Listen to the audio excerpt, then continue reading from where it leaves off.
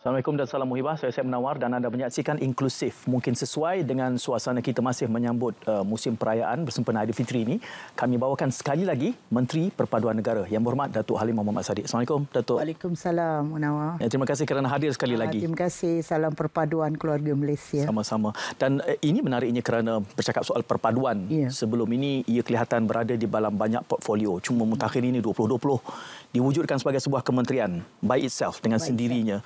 Jadi agensi-agensi yang ada ini diwujudkan untuk mengisi keperluan semasa. Elok kita reintroduce, melihat semula beberapa agensi ini dalam realiti dan cabaran semasa. Apa yang ada di bawah kementerian. Terima kasih. Saya ucapkan terima kasih kepada RTM. Terima kasih pada Said Munawar untuk program inklusif ni. Saya ingat ni dah kali ketiga kita datang. Kalau dapat tiap-tiap bulan kita datang. Jadi kita boleh cakap banyak. Kementerian Perpaduan Negara seperti mana yang Munawar maklum, telah pun diwujudkan pada 10 Mac tahun 2020. Sebelum ni dia berada di Kementerian Perpaduan Negara itu ada. Tetapi diletakkan di bawah bersama dengan tanggungjawab kementerian-kementerian yang lain. Kalau dulu saya ingat lagi waktu saya jadi Exco Kerajaan Negeri, dia diletakkan Kementerian Perpaduan Negara dan Pembangunan Masyarakat. Zaman arwahnya Tan Sri Kak Leha dan sebagainya. Jadi pada kali ini diletakkan kembali dan diletakkan kembali kerana sejarah dulu pernah diwujudkan atas nama kementerian itu sendiri pada tahun 1976. Diwujudkan atas nama Kementerian Perpaduan Negara dan lepas tu dia masuk pada kementerian-kementerian yang lain dan kemudian dia balik semula sebagai kementerian yang ada rumah di sini, Kementerian Perpaduan Negara ada rumah di sini dan sebagai sebuah kementerian. Kerana sebelum ini dia masih lagi dia letakkan di bawah JPM. Pada waktu itu diletakkan di bawah JPM. Kalau bukan bawah kementerian, diletakkan di bawah JPM. Jadi saya ucapkan terima kasihlah kepada kerajaan kerana bila diwujudkan kembali kementerian ni sebenarnya banyak sangat tanggungjawab yang perlu dilaksanakan. Walaupun kita membicarakan soal perpaduan saja, bila sebut terlalu ringan. Alah perpaduan. Bersatu padu ajalah. Suka sama suka berpadu. Tetapi dia lebih daripada itu. Jadi maka kan itu menjawab kepada soalan yang Munawar bangkitkan tadi. Di bawah Kementerian Perpaduan Negara kita ada 3. Kita tak ada banyak. Kita tak ada agensi. Jabatan pun tak banyak. Jadi kita ada Jabatan Perpaduan Negara dan Integrasi Nasional. Kemudian kita ada bahagian Kampung Baru. Pada tahun ni bermulanya bahagian Kampung Baru tu iaitu bahagian Kampung Baru Cina diletak di bawah kementerian. Sebelum ni berada di bawah Kementerian Perumahan dan Kerajaan Tempatan. Dan ni dikembalikan kepada Kementerian Perpaduan Negara. Dan yang ketiga ialah Mitra, Unit Transformasi Masyarakat India. Jadi ini 3 saja yang ada di bawah Kementerian Perpaduan Negara. JPN ini tu kelihatannya suatu tugas yang menjalar sampai ke peringkat akar umbi. Kita lihat strukturnya bagaimana Datuk? Di peringkat negeri, daerah. Dia bagi JPN ataupun Jabatan Perpaduan Negara dan Integrasi Nasional ni, kita ada di peringkat HQ. Kita ada ketua pengarah dia, kita ada timbalan ketua pengarah dia, kita ada bahagian-bahagian dia. Itu di bahagian ibu pejabat. Dan kemudian kita ada struktur dia di peringkat negeri. Kalau di peringkat negeri, panggilannya nama sama, Jabatan Perpaduan Negara dan Integrasi Nasional. Munawar pun dah biasa dengan perkataan JPN dan jadi kalau turun ke bawah sebut Jabatan Perpaduan Negara dan Integrasi Nasional, orang macam panjang kementerian mana ni, jabatan mana. Tapi bila sebut JPN, orang tahu itu ialah JPN. Jadi di peringkat negeri kita ada pengarah JPN negeri dengan strukturnya di peringkat negeri, dan di peringkat daerah kita ada pegawai perpaduan daerah dengan strukturnya di peringkat daerah. Dan masing-masing ada tanggungjawab dan peranan yang perlu dilaksanakan ke atas apa juga yang telah pun kita fikirkan, kita rancang untuk kita terjemahkan dalam bentuk agenda perpaduan nasional daripada peringkat atasan HQ kementerian, HQ negeri dan daerah, dan kemudian seperti Munawar cakap menjalar hingga ke peringkat akar umbi. Itu sebenarnya struktur Japanin. Dan setiap satu unit bahagian dan juga jabatan ini ada peruntukannya. Saya difahamkan Mitra misalnya 100 juta, unit Kampung Baru ada 86 juta. 86 juta. Mungkin kita jelaskan sedikit soal peruntukan ini, bagaimana pengisian dan bentuk programnya. Kita lihat Mitra tu. Mitra, okey. Ya betul. Kalau kerana kementerian telah diberikan peruntukan dalam belanjawan bila dibentangkan oleh kerajaan, peruntukan telah dibekalkan kepada kementerian-kementerian mengikut kepada perancangan program ataupun projek yang nak dilakukan oleh kementerian-kementerian. Jadi itu juga tidak tinggallah kepada kementerian saya, telah pun diberikan peruntukan dan peruntukan yang diberikan ini dia akan merangkumi segala gerak kerja yang perlu kita lakukan. Jadi contoh kalau di bawah Japanin kita ada kerana kita ada KRT, ada di antara masyarakat kita Munawar, mereka fikir KRT ni dia macam NGO biasa. Jadi berdaftar dengan ROS, boleh wujudkan persatuan KRT ke apa, tidak sebenarnya. KRT ni diwujudkan di bawah Akta KRT, Akta 751. Dan bila saya sebut KRT ni, dia ada ketua pengarah KRT dia dan sebagainya. Dan di bawah Japanin juga kita ada pendidikan awal kanak-kanak. Kita ada tadika perpaduan, kita ada semua sekali macam tadi KRT kita ada 8,330 KRT di seluruh negara, daripada Semenanjung hingga kepada Sabah Sarawak. Dan kita ada tadika perpaduan negara, ada 1,781 tadika perpaduan negara. Kita ada taska Genius perpaduan negara, dan selain daripada itu ialah pelaksanaan program-program yang perlu dilaksanakan di bawah plan yang telah pun kita bangunkan, dan juga program-program yang melibatkan perancangan agenda perpaduan nasional. Maknanya kerana sebelum ni Munawar pun tahu Japanin ni, bila sebut Japanin banyak aktiviti yang dilakukan. Terutama bila hari kemerdekaan dan sebagainya, memang telah pun rakyat memang tahulah, memang dah ada Japanin tu. Pejabat perpaduan daerah memang dah ada program yang dilangsungkan. Jadi untuk Mitra ni, kerajaan peruntukkan 100 juta. Dari tahun 2020 kita terima 100 juta, tahun lepas dan tahun ni 100 juta.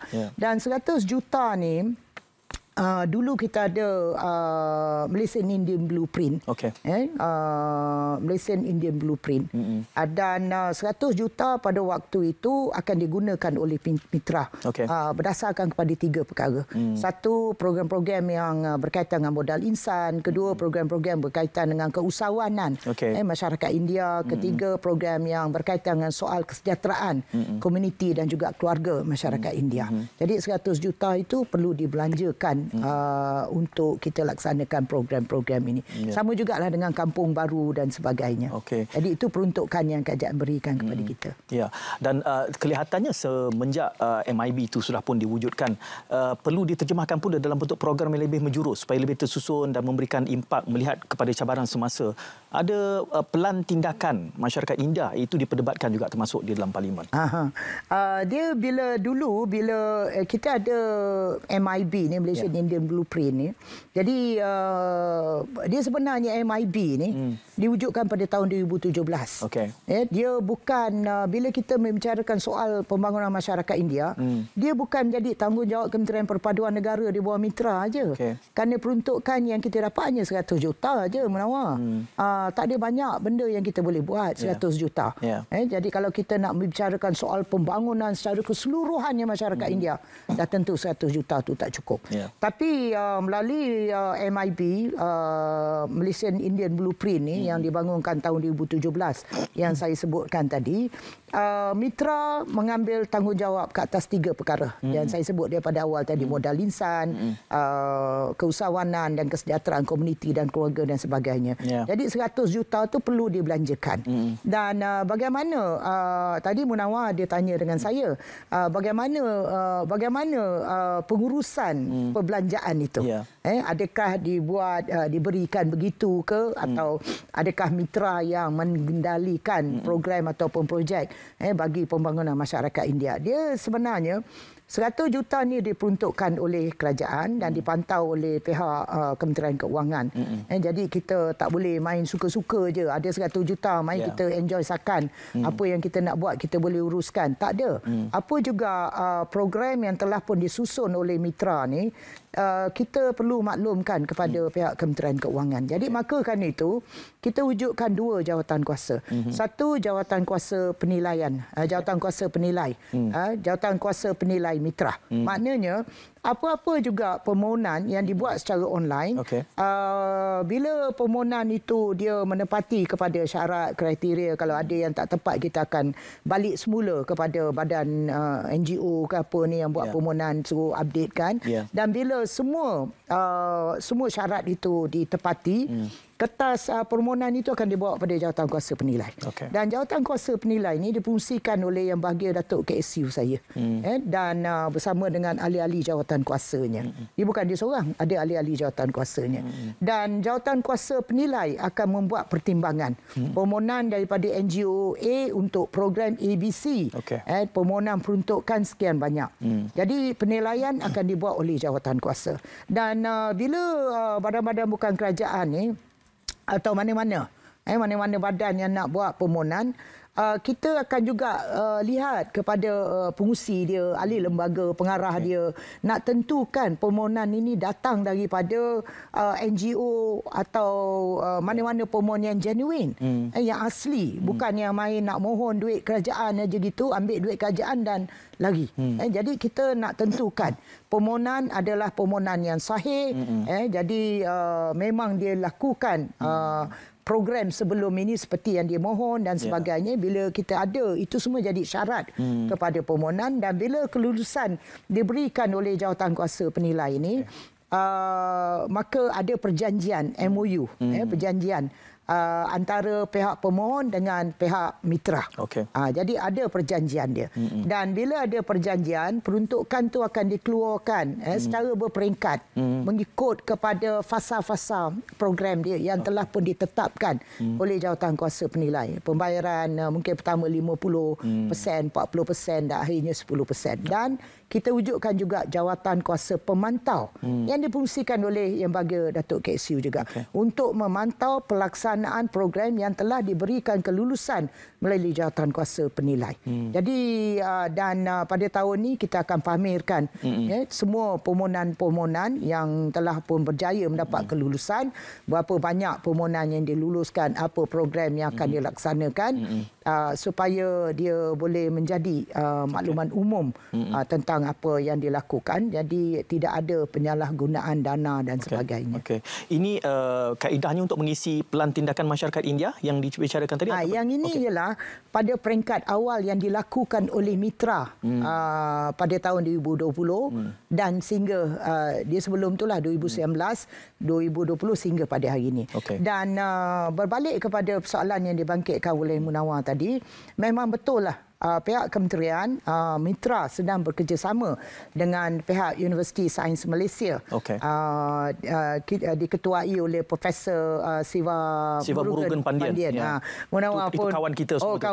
Kawan kita yang memang faham tentang masalah masyarakat rakyat, terutama dalam bab yang berkaitan masyarakat India.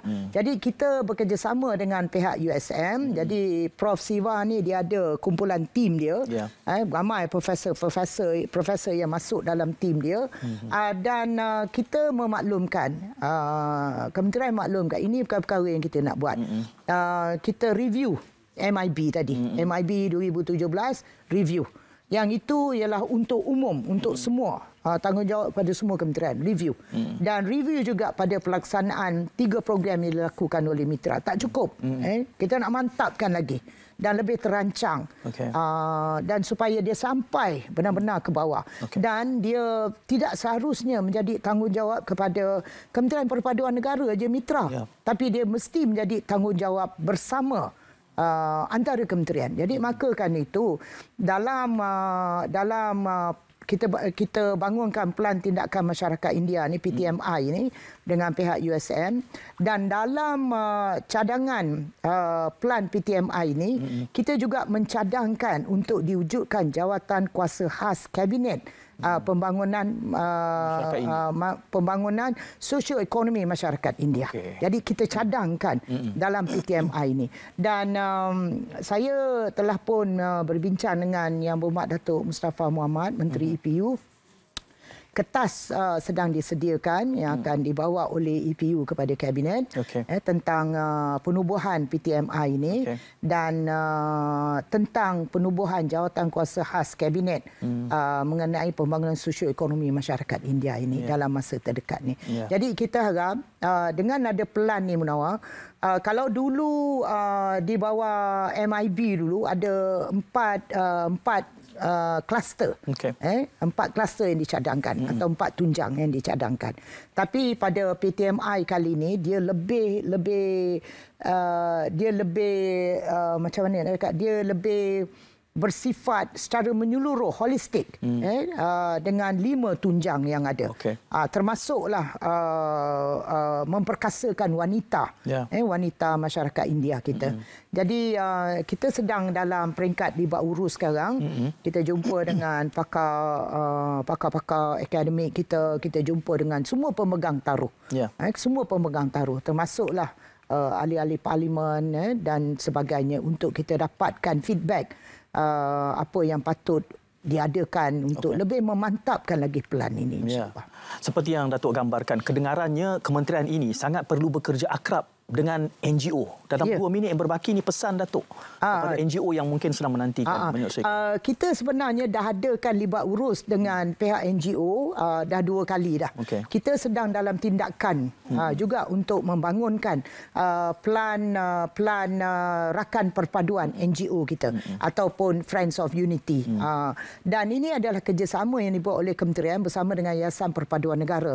Saya ucapkan terima kasih kepada Tan Sri Lilamtai, kepada Profesor Suresh, kerana mereka yang membawa secara bersama Yayasan Perpaduan Negara ini, dan juga terima kasih kepada semua NGO-NGO yang telah pun tampil untuk bersama-sama mencadangkan apa yang perlu dilakukan oleh kerajaan dengan kerjasama badan-badan bukan kerajaan. Kerana kerajaan tak boleh bekerja secara silo. Tak boleh kalau kerajaan kita je. Kita perlukan sokongan daripada badan-badan bukan kerajaan.